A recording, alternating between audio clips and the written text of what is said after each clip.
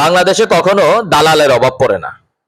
এত বেশি দালাল হয়ে গেছে যে কোন কাজটাকে আসলে সাপোর্ট দিতে হবে, আবার নিজেরা আবার ইনফ্লুয়েন্সার, অনেক বড় ধরনের ইনফ্লুয়েন্সার, কুমিল্লার আর সামনের মেয়র প্রার্থী হিসেবে দেখতে চায় অনেকে এই মেয়েকে, আবার নিজেরাই আবার এটা প্রচারণা করে সামনে মেয়র হিসেবে দাঁড়াতে চায়, এবং সে হচ্ছে পেইড এজেন্ট বলতে পারেন। আমার কাছে যেটা মনে হয় একদম পেইড এজেন্ট। 7 জন শিক্ষককে বদলি করেছে, যেটা নিয়ে সারা বাংলাদেশের মানুষজন সমালোচনা করছে।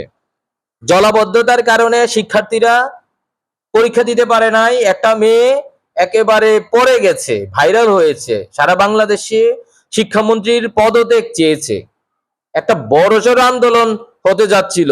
সেখান থেকে আবার আওয়ামী লীগ থেকে শুরু করে অন্যান্য সিস্টেমে যারা বিতাড়িত হয়েছে 5 আগস্টে, তারা সরকার পতনের ডাকও দিচ্ছিল। এত সব ঘটনা ঘটে গেছে যে কলেজকে কেন্দ্র করে সেই কলেজের 7 জন শিক্ষককে বদলি করেছে। এইটা নিয়ে সবাই সমালোচনা করছে। সবকিছু কি তাহলে শিক্ষকদেরই দোষ, আর কারো দোষ নাই? যারা সিদ্ধান্ত নেয় তাদের দোষ নাই? যখন সাফল্য আসবে তখন হচ্ছে প্রশাসক যারা, তাদেরই হচ্ছে সফলতা, শিক্ষকদের সেখানে নাম গন্ধ থাকে না। কিন্তু যখনই ব্যর্থতা আসে ঠিক তখনই হচ্ছে শিক্ষকদেরকে দায়ী করা হয়, তাদেরকেই ব্যর্থতা মেনে নিতে হয়। প্রশাসকদের তখন কোনো কিছু মানে তাদের উপর দায় থাকে না।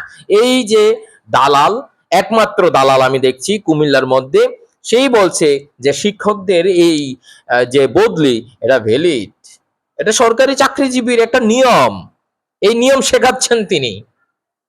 নাউজুবিল্লাহ মিন যালিক, তার বাবাও নাকি একজন শিক্ষক। নাউজুবিল্লাহ মিন যালিক মিন যালিক।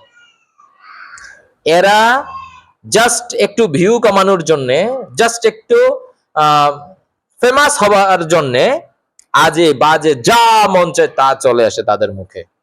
7 জন শিক্ষকদের বদলি হয়, সবকিছু হয়, কিন্তু এই যে সাম্প্রতিক সময়ে যে কলেজকে কেন্দ্র করে এই ঘটনা ঘটেছে, সেই কলেজের 7 জন শিক্ষককে একসাথে বদলি করা মানেই হচ্ছে ওই ঘটনারই এখানে একটা রেশ আছে, মানুষ সেইটাই সন্দেহ করছে। তিনি আবার এখানে সাপোর্ট করতে আসছেন। কার সাপোর্ট করতে আসছেন? সরকারের, যারা দায়িত্ব সিদ্ধান্ত নিয়েছেন। যখনই সমালোচনার শিকার হচ্ছে যে এই ঘটনা তো উল্টাপাল্টা হতে যাচ্ছে, তখনই পা চাটা গোলামের মতো করে সে হচ্ছে এখানে ভিডিও ছেড়েছে। তার মতো মানে কি বলবো, জাস্ট কথাগুলো শোনেন। আন্দোলনরত শিক্ষার্থীদেরকে বলছে, আমার চাকরি খায়ও না মা, আমার চাকরি খায়ও না। আর অনলাইন নিউজগুলোতে প্রচার হচ্ছে জলাবদ্ধতায় পরীক্ষা নেওয়ার কারণে সরকারি মহিলা কলেজের 7 জন শিক্ষকের বদলি। ঘটনাটা কতটুকু সত্য আর আন্দোলনটা ঠিক কতটুকু ভ্যালিড, চলেন আপনাদেরকে বলি। এবারে বুঝাইবো। যারা আন্দোলন করছে তাদেরকে বলতে চাই, মহসিন স্যার যে কান্না করে করে বলতেছে তোমরা আমার চাকরিটা খাইও না, তার পিছনে অনেকগুলো কারণ আছে। আমি বুঝি না, তোমরা সবাই শিক্ষিত, নেট ইউজ করতে জানো, তোমরা গুগল সম্পর্কে জানো, তাও কেন সার্চ দিলা না বিষয়টা? সরকারি চাকরির কিছু নিয়ম আছে, আর এই নিয়মের প্রথম নিয়মটা হচ্ছে এবারে নিয়ম বুঝাইতে আইছে। আরে বেটি, হাসিনাও তো কত সুন্দর সুন্দর করে বুঝাইতো যে এই কাজ করো না, এটা সরকারি ভাবে আমরা করেছি, এই জিনিসগুলা, নিয়মগুলা, আইনগুলো আমরা সরকারি ভাবে করেছি, এটা সবাই একসাথে হয়ে কাজ করেছি। সংসদের মানে 2/3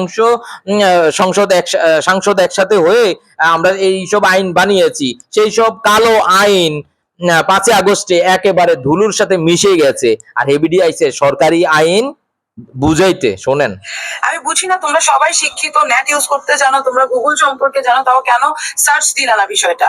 সরকারি চাকরির কিছু নিয়ম আছে, আর এই নিয়মের প্রথম নিয়মটা হচ্ছে একজন শিক্ষককে কিংবা বিসিএস ক্যাডার শিক্ষককে দেশের সব জেলাতে ঘুরে ঘুরে জব করতে হবে। একজন ভালো সবাই তো করবে, এটা নিয়মতান্ত্রিক প্রক্রিয়ায়।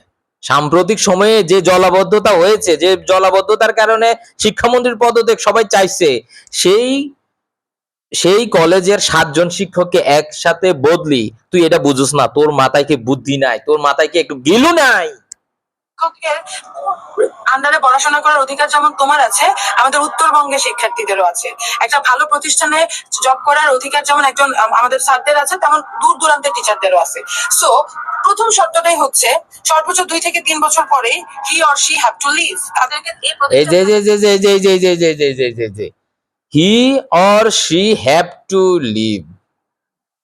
আরে বেডে, তুই আগে পড়াশোনা কর, টিকটক করস ভালো কথা, একটু পড়াশোনা কর, তারপরে হয়েছে এই সব বিষয়ে যাইয়া একটু নিজের মতামত দিস।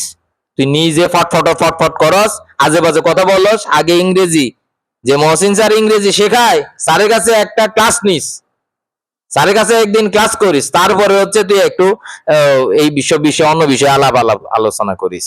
আগে নিজের ইংরেজিটা শিখ। যা ইচ্ছা তাই মুখে দিয়ে বলে ফেলস, ভুলভাল এতদিন বলছস, আমরা কেউ কিছু বলি নাই।